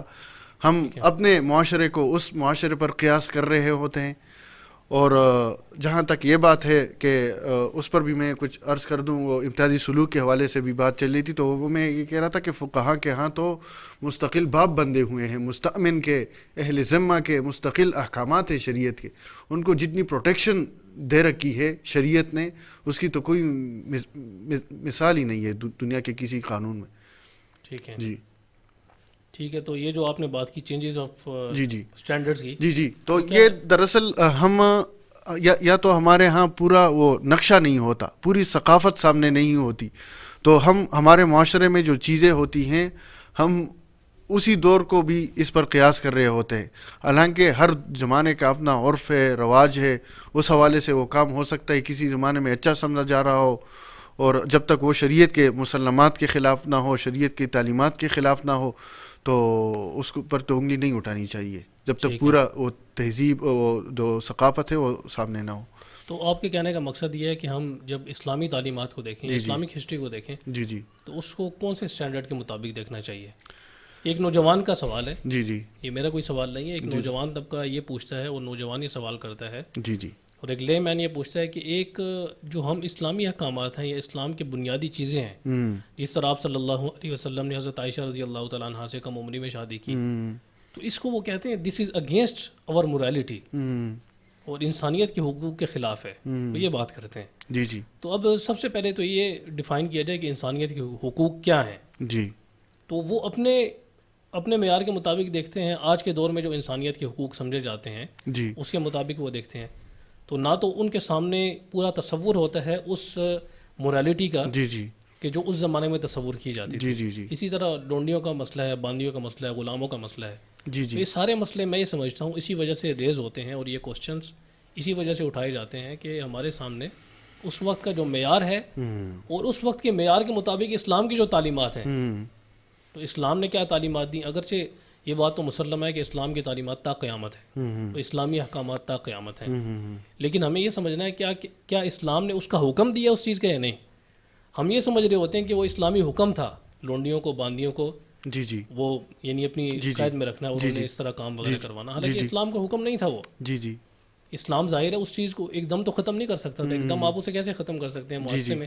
ایک معاشرے کا جو طالب علم ہے، جو معاشرتی علوم پڑھتا ہے، وہ اس چیز کو بہترین طریقے سے سمجھ سکتا ہے کہ ایک معاشرے میں کوئی چیز رائج ہو، اس کو آپ ایک دم نہیں ختم کر سکتے. شراب کا حکم نازل ہوا، تدریجاً نازل ہوا. شریعت تو اتنا لحاظ رکھ رہی ہے کہ مختلف کفارات میں آپ غلاموں کو آزاد کرو، کہ آزادی کی راہیں کھولتا ہے شریعت انسان پر، انسانیت پر. بلکہ قرآن مجید میں ہی اس کا ذکر ہے مختلف کفارات کے سلسلے میں. اور باقی اسٹینڈرڈ مورالٹی کے لیے تو معیار وہی قرآن و سنت ہی ہے. ایک مسلمان ہونے کے ناطے تو اس میں کوئی دو رائے ہی نہیں ہو سکتی کہ جو اسٹینڈرڈ احکم الحاکمین کی طرف سے یا رسول کریم سرکار دو عالم صلی اللہ علیہ وسلم کی طرف عطا کردہ ہو، اس پر کسی مسلمان کو ادنا شبہ نہیں ہو سکتا کہ وہ بہترین مورالٹی کے اصول ہیں. بالکل ایسے ہی. اور دراصل اس کو پریکٹیکلی نبی کریم صلی اللہ علیہ وسلم نے اور آپ کے بعد صحابہ کرام نے خلفائے راشدین نے کر کے بھی دکھایا ہے. ایک نمونہ ہے پوری انسانیت. اعتراض وہ لوگ یہ کرتے ہیں کہ جو اسٹینڈرڈ آف مورالٹی ہے جی وہ قرآن مجید کے اور آپ جو اسلام کے اسٹینڈرڈ ہیں اس پر اعتراض نہیں کرتے. جی جی وہ یہ کہتے ہیں کہ اس زمانے میں یہ کام کیا اور اس وجہ سے آج کے دور کے زمانے کے خلاف ہے یہ کام. جی جس طرح کم عمری میں شادی کا مسئلہ ہے, اسلام اب یہ تو نہیں کہتا کہ ہر بندہ ہی کم عمر لڑکی سے شادی کرے, یہ حکم تو نہیں ہے. بالکل یہ تو وہی مسائل ہے نا کہ حکم کے اور آپ صلی اللہ علیہ وسلم کے ایک عمل کے مابین تفریق کرتے ہوئے جی جی جی تو وہ اس چیز کو باور کروانا چاہتے ہیں لوگوں کے سامنے اور اس چیز کو سامنے رکھتے ہیں جی جی کہ یہ انسانیت کے خلاف ہے اسلام, جی انسانی حقوق کے خلاف ہے. جی جی اس طرح کی بات کرتے ہیں. جی بالکل. دراصل یہاں پر ہمیں ضروریات اور مقاصد کے درمیان بھی تفریق کرنی چاہیے کہ یعنی نیڈز اور پرپس, یعنی ضرورت مقصد کے تابع ہو. اچھا ضرورت بھی مقصد کے تابع ہو. بالفرض کوئی نکاح کرنا چاہے تو یہ انسان کی ضرورت ہے. اب یہ تابع کیسے ہوگا مقصد کے؟ تو مقصد تو یہ ہے کہ دین پر چلنا, اللہ کے احکامات کی پیروی. بالکل یہ اعظم مقصد ہے نا, بڑا مقصد ہے. تو وہاں پر انسان نکاح کرے کہ جو اس کے مقصد میں معاون بنے. ہاں جی, ایسی جگہ کرے کہ جو اس کے مقصد زندگی میں معاون بنے. تو یہ ضرورت بھی مقصد کے تابع ہو جاتی ہے. نبی کریم سرکار دو عالم صلی اللہ علیہ وسلم کی تمام شادیاں اس طور پر تھی کہ یہ مقصد کے تابع تھی. جو مقاصد تھے اس کے تابع کر کے کی تھی. ہر ایک میں مقصد تھا. بالکل ایسے ہی. اور مقصد اس وجہ سے بھی نظر آتا ہے کہ حدیث کے آپ ذخیرے کو دیکھیں اور آپ صلی اللہ علیہ وسلم کا جو گھریلو جتنی بھی زندگی تھی جی جی جی وہ تمام کی تمام زندگی اگر دیکھا جائے تو حضرت عائشہ رضی اللہ تعالیٰ عنہا نے آگے بیان کیے, امت کو منتقل کیے, کیونکہ اسلام تو کمپلیٹ کوڈ آف لائف ہے. جی جی تو وہ تو آپ کو پورا کا پورا طرز زندگی بتاتا ہے کہ آپ نے زندگی کس طریقے سے گزارنی ہے. جی جی تو بالکل وہی طریقہ ہمیں کیسے معلوم ہوتا؟ جی جی اسوہ حسن ہے جو قرآن مجید میں کہا گیا ہے. خاص کر جو خانگی زندگی کے معاملات ہے وہ حضرت عائشہ رضی اللہ تعالیٰ عنہ سے زیادہ منقول ہے. امت پر کتنا احسان ہے حضرت عائشہ صدیقہ رضی اللہ تعالیٰ عنہ کا. بلکہ پورے ما ہی ابی اول برکتکم یا آل ابی بکر جو حضور نے فرمایا تھا. بالکل ٹھیک ہے. وہ جو تیمم کے سلسلے میں جو آیت نازل ہوئی تھی نا اس موقع پر. ہاں جی جی جی جی. تو یعنی آپ کے بتلانے کہنے کا مقصد یہ ہے کہ ہم جب چیزوں کو پرکھیں اور چیزوں کو انالائز کرنے کی کوشش کریں جی جی تو جو آج کے دور کا اسٹینڈرڈ ہے جی جی بجائے اس کے سوچنے کے ہم یہ دیکھیں کہ ایک نیوٹرل ہو کر دیکھا جائے اس چیز کو کہ وہ چیز کس طریقے سے تھی. آیا وہ اسلام کا حکم تھا جی یا اس کے اندر کون سی ایسی چیز کار فرما ہے کہ جو اسلام کے لیے اور ہمارے لیے صحیح ثابت ہوئی ہے. تو اس چیز کو بھی دیکھا جائے. بالکل ٹھیک ہے. اچھا ایک اور جو مجھے یہ سمجھ میں آتی ہے کہ علماء کا ناقص کردار, یہ تو آپ نے اس پر بات کر دی جی جی کہ جو علماء کا جو کردار ہے وہ کیا ہونا چاہیے. بالکل. اور اس میں یہ بھی بات ہے کہ علماء حضرات کو خاص کر جو جدید ذہن ہے نا ان کی طرف خصوصی توجہ دینی چاہیے. جس طرح میں ادھر نام لینا بھی مناسب سمجھوں گا, جس طرح مفتی عدنان کاکا خیل صاحب ہیں, بہت بہترین کام کر رہے ہیں. جو کریم لڑکے ہیں ان پر توجہ اس طور پر دے رہے ہیں کہ جو معاشرے میں ان کا سر و سروخ ہو, دین کی طرف راغب ہوں. ظاہر سی بات ہے اگر آپ کسی ایسی شخصیت کو دین کی طرف کھینچیں گے تو وہ اور لوگوں کا بھی سبب بن جائے گا ہدایت کے لیے. تو وہ فوکس یوں کر رہے ہیں کہ جو اچھے ذہین کالج یونیورسٹی کے اسٹوڈنٹ ہوتے ہیں ان کو فوکس کیا جائے, ان کو شریعت کے بارے میں آگاہی دی جائے. دراصل زیادہ تر دین سے دوری کا یہ بھی سبب ہے کہ ہمیں صحیح فہم نہیں ہوتا یا صحیح علماء تک ہماری رسائی نہیں ہے. یعنی نہ تو ہمارے پاس دین کا صحیح فہم ہوتا ہے, نہ ہی ہمارے پاس صحیح معتبر علماء تک رسائی ہے, نہ تو کلچر کا صحیح فہم ہوتا ہے. اور جو شریعت کے جو عزائم احکام ہیں نا وہ تو نوجوانوں سے متعلق ہے, یوتھ سے متعلق ہے. دیکھو بچہ چھوٹا ہے وہ غیر مکلف ہے, بوڑھا ہو جاتا ہے طرح طرح کے آزار کا اس کو سامنا کرنا پڑتا ہے تو وہ مختلف کنسیشنز کا مستحق ہوتا ہے.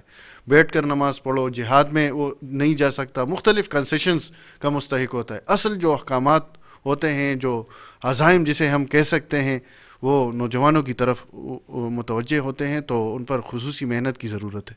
اچھا یہ دو اسباب ہو گئے ہیں, چلیں یہ تو وہ سبب ہو گئے کہ جو جینون ہم کہہ سکتے ہیں کہ کازز ہو سکتے ہیں. جی جی جی. اور اس کا حل بھی الحمدللہ ڈسکس ہو گیا یہاں پر. جی. اب سو کالڈ ایتھیزم یعنی وہ لوگ کہ جو نہ تو کسی معاشرے کے افیکٹ کی وجہ سے ایتھیزم کی طرف آئے ہیں، الحاد کی طرف آئے ہیں، اور نہ ہی ان کو کوئی ایسا مسئلہ درپیش آیا ہے کہ جو انہیں ایتھیزم کی طرف لے کر آیا ہے۔ مقصد ان کا یا تو فیم حاصل کرنا ہوتا ہے، شہرت حاصل کرنا ہوتا ہے، تو یا بعض لوگ اس طرح کے ہوتے ہیں کہ ان کے پاس علم کی قلت ہوتی ہے اور کوئی اس طرح کے وجوہات ہوتی ہیں۔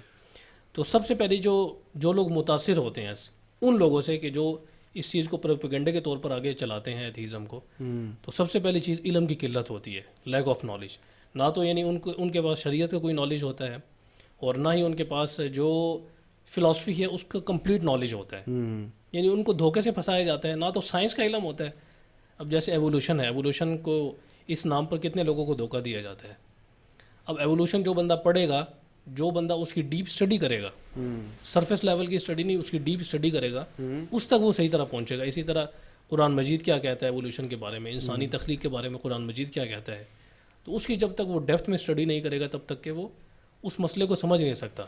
لوگ اس کو سائنس کے نام پر گمراہ کریں گے، لوگ اس کو فلسفی کے نام پر گمراہ کریں گے۔ جی، دراصل اس میں جو بنیادی وجہ ہے نا، جو آپ نے فرمائی کہ جو فیم حاصل کرنے کے لیے یا جو اس طرح جو کوئی خاص وجہ نہیں ہوتی وہ ملحد ہو جاتے ہیں، تو نفسانی خواہشات انسان کی ہوتی ہیں، اور اس کی راہ میں سب سے بڑی رکاوٹ وہ مذہب ہے۔ تو وہ مذہب اور اللہ تعالیٰ کے تصور کو بیچ سے ہٹا کر اپنی نفسانی خواہشات کی تسکین کرنا چاہتے ہیں۔ تو دراصل اس کی بنیادی وجہ ان کی نفسانی خواہشات کا غالب آ جانا ہے۔ کون کون سی خواہشات ہو سکتی ہیں، آپ اگر ذکر کریں گا؟ خواہشات تو متعدد ہے۔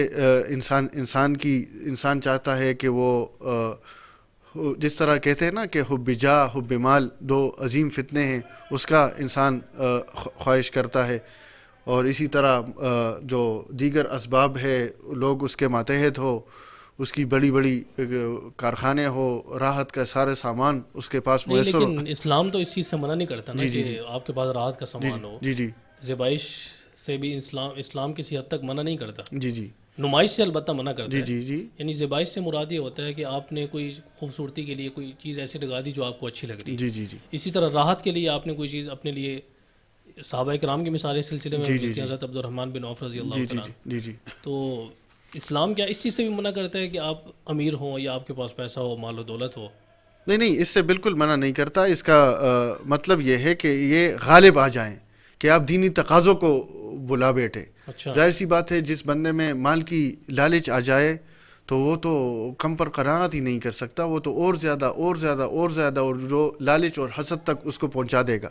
باقی مال و دولت تو اللہ تعالیٰ کی نعمت ہے، اللہ تعالیٰ کی نعمت ہے۔ کتنے دینی کام ہیں جو اس مال و دولت کی بدولت ہو رہے ہیں، لیکن یہ ہے کہ اگر وہ حد سے تجاوز کر جائے تو پھر وہ مضر بھی ہے، جس سے ہمیں حب مال سے منع کیا جاتا ہے۔ تو اس وجہ سے نہیں کیا جاتا کہ مال بذات ہی کچھ بری چیز ہے، بلکہ انسان کی نیت اور انسان کے ارادے اور انسان کا عمل اس طور پر ہو جاتا ہے کہ وہ مال اس کے لیے مضر ہو جاتا ہے۔ قارون کو اللہ تعالیٰ نے بڑے خزائن سے نوازا تھا، لیکن اس نے مال کا حق ادا نہیں کیا، تو اللہ تعالیٰ نے ان کی پکڑ فرمائی۔ ٹھیک ہے جی، ٹھیک ہے۔ اب یہ بات تو آپ نے وائنڈ اپ کر دی اس سلسلے میں۔ اب آخر میں یہ آپ سے کہنا چاہوں گا کہ جتنے بھی اسباب آپ نے ذکر کیے ہیں، تو نوجوانوں کو آج کے دور میں کون سا ایسا راستہ اختیار کرنا چاہیے کہ جس سے وہ ان تمام چیزوں سے بچ سکیں، جو ان کے مائنڈ کو ڈائیورٹ کرتے ہیں، جو لوگ آ کر، جو لوگ انہیں سائنس کے نام پر دھوکہ دیتے ہیں، جو لوگ انہیں فلسفی کے نام پر دھوکہ دیتے ہیں، جو لوگ انہیں مختلف جو اس طرح کی چیزیں ہیں، جو اس طرح کے افکار ہیں، اس کے نام پر دھوکہ دیتے ہیں، یا اسلام میں خامیاں نکال کر انہیں یہ باور کروانے کی کوشش کرتے ہیں کہ اسلام میں کوئی کمزوری ہے تو اس وجہ سے آپ اسے چھوڑ دو، جی، تو ان کے لیے کیا لایا عمل ہونا چاہیے، انہیں کیا کرنا چاہیے؟ دراصل اس کے لیے تو سب سے مؤثر حل یہی تجویز کیا جا سکتا ہے کہ ممبر اور معاشرے کا تعلق جو ہے وہ مؤثر بنایا جائے۔ جتنا وہ علماء کرام کی صحبت، بڑے حضرات جو ہمارے اکابر حضرات ہیں یا جو ان کے فیض یافتگان ہیں، ان کی مجالس میں بیٹھے، خود علماء کو بھی بہت ضروری ہے کہ وہ چونکہ انہوں نے تربیت کرنی ہے، وہ خود تربیت حاصل کرے۔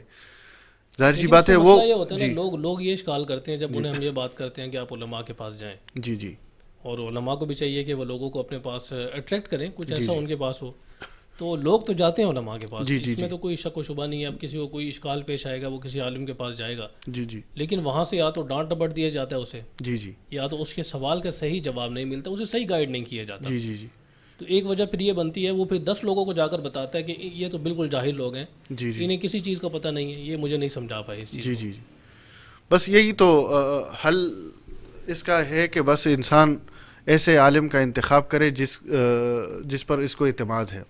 ٹھیک ہے. اگر کسی عالم پر اعتماد ہو اور وہ پھر بھی اس طرح کی باتیں کرے کہ بھائی ان کو ڈانٹ ٹپٹ وغیرہ کرے تو یہ اس کی غلطی ہے، اس کی وہ خود قابل اصلاح ہے. اچھا، آپ بجائے کہ وہ یہ نہیں سمجھتے اس چیز کے بارے میں کہ ہمارے جو مدارس میں جی جو نصاب پڑھائے جاتے ہیں 400-500 سال پرانا نصاب ہے، 200 سال پرانا نصاب ہے، جی جی تو اس کے اندر وہی پرانی چیزیں پڑھائی جاتی ہیں. تو آج کے جدید دور کے تقاضوں کے مطابق، کیونکہ آپ دیکھیں جو ہماری تعلیمی سلسلہ ہے، جو یونیورسٹیز میں پڑھائی جاتا ہے، کالجز میں پڑھائی جاتی ہیں جو چیزیں، وہ آج کے جدید دور کے تقاضوں کے مطابق ان چیزوں کو سلیکٹ کیا جاتا ہے، اگرچہ ان میں بھی کچھ کمزوری ہیں. جی جی لیکن ہمارے جو مدارس ہیں ان کا حال یہ ہوتا ہے کہ وہ انہی 200-300 سال پرانی چیزوں کو پڑھاتے ہیں. تو اس سے پھر وہی باتیں کرتے ہیں لوگ جو 200-300 سال پرانے مسئلے تھے.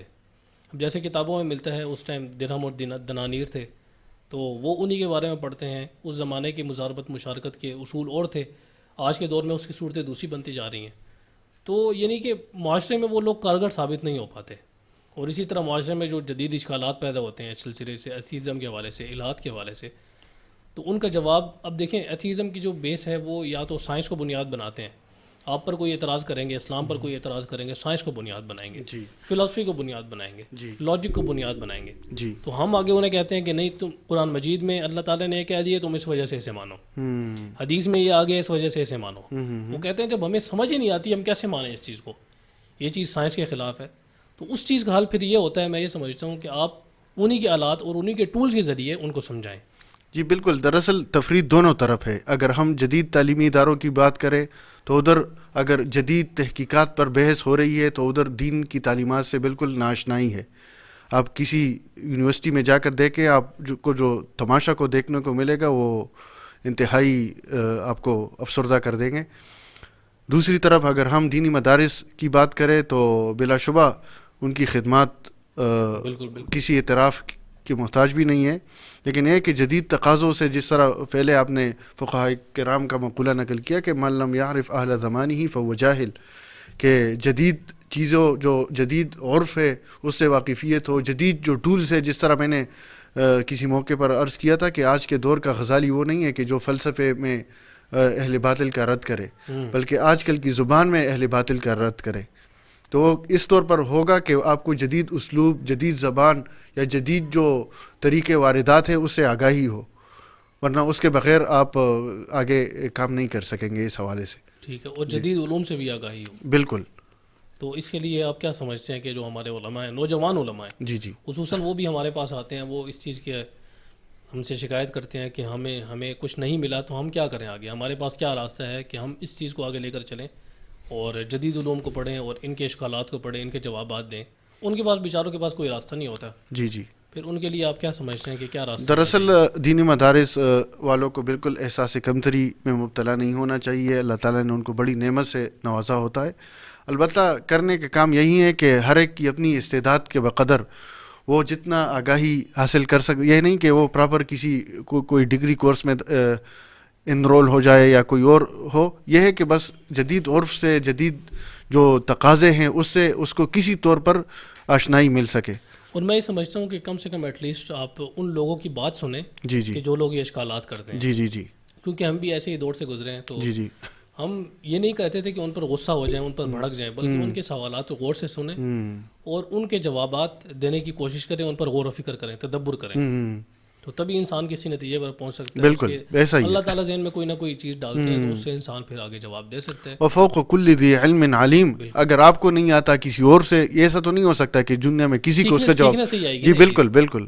یعنی جو سائنس کی چیز ہے ہم وہاں کسی بندے سے جا کے پوچھیں. جی جی جی. جو دینی چیز ہے وہ اس بندے سے جا کے پوچھیں. جی جی جی بالکل. تب اس میں مہارت ہوگی. بالکل ایسا ہی ہے. اور اس حوالے سے والدین کا کردار بھی اس حوالے سے محل نظر ہے کہ وہ دراصل وہ میں نے پہلے ذکر کیا کہ مادیت اتنی غالب آ چکی ہے کہ ہر چیز میں مادیت ہی لوگ اس کو پریارٹی پہ رکھتے ہیں نا. جی جی. والدین کی پہلی ذمہ داری تو یہ ہے کہ وہ تربیت کرے اپنے بچوں کی. اگر شروع سے ان کی تربیت نہیں ہوئی تو وہ آگے بڑھ کے کیا ان سے توقع رکھیں گے. اور اس کے لیے ضروری ہے کہ پہلے والدین کی تربیت ہوئی ہو. اگر والدین کو خود کچھ پتہ نہیں ہے، نہ اچھے کا نہ برے کا، نہ اخلاقیات کا، نہ کسی اور چیز کا، نہ دین کے بارے میں وہ کوئی شعور رکھتا ہے، تو وہ اپنے بچے کی کیا تربیت کرے گا. حالانکہ تربیت تو والدین کی اولین ذمہ داری ہے کہ بچے کی تربیت کر سکے. تو اس حوالے سے والدین کا کردار بھی ذرا تسلی بخش نہیں ہے. لوگ دراصل شروع سے ان کی تربیت صحیح طور پر نہیں ہوتی، گائیڈنس ان کو پرووائڈ نہیں ہوتی، تو گھریلو جو ہوتے ہیں نا امور، اس کی وجہ سے بھی لوگ دین بیزار ہو جاتے ہیں. شروع سے ان کی طرف کوئی توجہ نہیں ہوتی. حالانکہ دین تو پریارٹی پر ہونی چاہیے نا، پروٹیکشن آف دین، جو مقاصد الشریعہ میں سے بھی ہے. یہ تو خیر الگ ٹاپک ہے کہ پیرنٹنگ کا اور ماں باپ کی تربیت کا، کہ وہ کس طریقے سے مستقل یہ ایک موضوع ہے. لیکن اسی طرف میں ضمناً اشارہ کروں کہ یہ بھی ایک وہ سبب بن رہا ہے کہ والدین کی غفلت، ان کی خود تربیت نہیں ہوتی، تو وہ دینی طرف ہم ان کو مائل نہیں کرتے اپنے بچوں کو. تو بڑے ہو کر ظاہر سی بات ہے وہ آزادی، ان کو دین کے بارے میں کچھ عقیدت، کچھ علماء کی صحبت میں لے کے جانا، یہ چیزیں تو شروع سے اگر نہیں ہوں گی تو ظاہر سی بات ہے اس کا سبب تو یہی الحاد کی صورت میں بنے گا. ٹھیک ہے جی ٹھیک ہے، جزاک اللہ، آپ کے وقت کا شکریہ، جزاک اللہ. آپ آئے، آپ نے وقت دیا. اس حوالے سے آخری بات بھی میں یہ عرض کر دوں کہ جو پہلے جو ہوتا تھا الحاد کے حوالے سے ہم بات کر رہے تھے نا، جی تو شروع میں جو ہوتا تھا وہ لوگ مرتد ہو جاتے تھے کلم کلا. ایک دور آیا تھا کہ بھائی میں اس کو نہیں مانتا، میں آخرت پر ایمان نہیں ہے، کافر جسے ہم کہتے تھے کہ بھائی یہ کافر ہے، یہ وہ ہے نا، تو اس کو لوگ معاشروں سے الگ تلگ کرتے تھے. معاشرے سے یہ نہیں ہے کہ اس کو گھر سے بھی نکال لیتے تھے، اور اگر گھر میں بھی ہو تو سب کو پتہ تھا، وہ نمایاں ہو جاتے تھے کہ بھائی یہ اسلامی شاعر کے بارے میں یہ نظریہ رکھتا ہے. ٹھیک ہے. البتہ ردتن ولا ابا بکر اللہ میں جو ابو الحسن علی ندوی صاحب نے بات ذکر کی ہے، وہ یہ ہے کہ آج کل چھپا ہے، یہ ساری چیزیں چھپے ہیں. اگر آپ ضمناً کسی سے بات کریں تو باتوں میں وہ خدا کا منکر نکل آتا ہے، وہ اسلامی شاعر کے بارے میں شک میں مبتلا ہے، وہ اسلامی تعلیمات کے متعلق طرح طرح کے گمان رکھتا ہے. گمان اس طور پر کہ وہ بالکل پیوست ہو چکے ہیں، صحیح ہے. تو کہہ رہے ہیں کہ وہ معاشرے میں رہتے ہیں، ان کو معاشرے سے الگ نہیں کیا جاتا. پہلے تو نمایاں ہو جاتا تھا کہ بھائی اس کے عقیدہ اسلام کے بارے میں صحیح نہیں ہے. آج کل لوگ چھپے الفاظ میں منکر خدا ہیں. اکثریت کا مراد یہ ہے کہ یہ پھیل رہا ہے، یہ مرض پھیل رہا ہے. تو وہی بات کہ ردتن ولا ابا بکر اللہ کے لوگ کے ارتداد پھیل رہا ہے، اس کے سدباب کے لیے کوئی ابو بکر جیسی شخصیت نہیں ہے. تو ایسے لوگ معاشرے میں رہ کر اپنا زہر پھیلاتے رہتے ہیں. اگر کوئی باپ اس نظریے کا ہے، بچوں پر اس کے زہریلے اثرات مرتب ہوتے ہیں. اگر کوئی اسکول ٹیچر ہے، وہ باتوں میں اس طرف لے کے جاتا ہے، اور نمایاں تو وہ نہیں ہوتا کہ لوگ اس سے بچ سکیں. تو یہ بہت خطرناک پہلو ہے. اس حوالے سے ہمیں بہت محتاط رہنا ہے. علماء کرام کو اپنی ذمہ داری کی طرف متوجہ کرنا چاہیے. اپنے جو والدین ہیں ان کو متوجہ کرنا چاہیے کہ بھائی آپ اس حوالے سے حساس ہوں. سب سے اولین پریارٹی تو میں نے بتایا کہ دین کا تحفظ ہے. اگر دین کا تحفظ نہیں ہے تو مادیت تو کوئی معنی نہیں رکھتی. آپ نے دیکھا ہوگا کہ جو صحابہ کرام میں سے جو لوگ ہیں، کتنے فقیرانہ زندگی انہوں نے بسر کی ہے. اس کے مقابل میں آپ اس وقت کے مالداروں کو دیکھیں جو ایمان نہیں لائے. کون آج تاریخ میں ان کے تذکرے سے واقف ہے؟ اور آج کل ہر کوئی صحابہ کرام کا الحمدللہ گن گانے والے بے شمار ہیں. تو مقصد یہ ہے کہ پریارٹی دین ہو تو وہ عزت کا بھی باعث ہے اور اللہ کے ہاں سرخرو ہونے کا بھی باعث ہے. ویسے جو آپ نے بات کی ہے، لاسٹ جو بات کی ہے کہ اس میں آگاہی ہونی چاہیے، اور پہلے زمانے میں اسے الگ کر دیا جاتا تھا، لیکن آج کے دور میں میرے خیال میں صورتحال بالکل مختلف ہے. جی، آج کے دور میں اگر آپ مار پٹائی سے کسی کو چپ کروانے کی کوشش کریں گے یا تلوار کے زور پر کسی کا منہ بند کروانے کی کوشش کریں گے تو وہ اب دور نہیں رہا بالکل بھی. جی بالکل. اس کا دور ایجوکیٹ کا دور ہے. آپ ایجوکیٹ کریں، جو والدین ہیں وہ ایجوکیٹ کریں بچوں کو. جی بالکل. ہم لوگوں کی ذمہ داری ہے، علماء کی ذمہ داری ہے کہ وہ ہماری نوجوان نسل کو ایجوکیٹ کریں اس حوالے سے. بالکل. اس حوالے سے یہ ہے کہ آپ ہر ایک کو اس کی مزاج کے اعتبار سے ٹیکل کریں گے. اگر اس میں کوئی لگی بندی تدبیر نہیں ہو سکتی کہ آپ اس طرح کی، اگر آپ کو معلوم ہو کہ کوئی اس طرح کا ذہنیت والا ہے تو کوئی لگی بندی تدبیر نہیں ہے، اس کے مزاج کے حوالے سے آگاہی حاصل کر کے یا تو اس کو اپنے قریب کر کے کسی طریقے سے اس کو اصلاح کی چھپے چھپے کوشش کی جائے. میرا ہرگز یہ مطلب نہیں تھا کہ آپ اسے زبردستی کریں، بلکہ کم از کم آپ کو آگاہی ہو، آپ دوسروں کو متنبع کر سکے کہ بھائی اس کے ساتھ تو آپ اچھا سلوک سے اس کو قریب کریں گے نا، جو جس کے بارے میں یہ شکوک و شبہات ہے. کسی کو علماء کی صحبت کسی طرح بٹھا کر، کسی طرح لا کر، یا کوئی اور تدبیر اختیار کر کے نرمی سے اور اس کو عزت افزائی سے اس کو اس طرف متوجہ کیا جائے کہ دیکھو آپ کی یہ چیزیں ہیں، طریقے سے وہ ہر انسان اس موقع محل اور اس کی نفسیات کو پڑھ کر اس کے مطابق عمل کر سکتا ہے. بالکل جی ٹھیک ہے، جزاک اللہ، آپ کے وقت کا شکریہ. جزاک اللہ. آپ تشریف لائے، پھر انشاءاللہ کسی اور موقع پر باقی جو چیزیں ان کو ڈسکس کریں گے.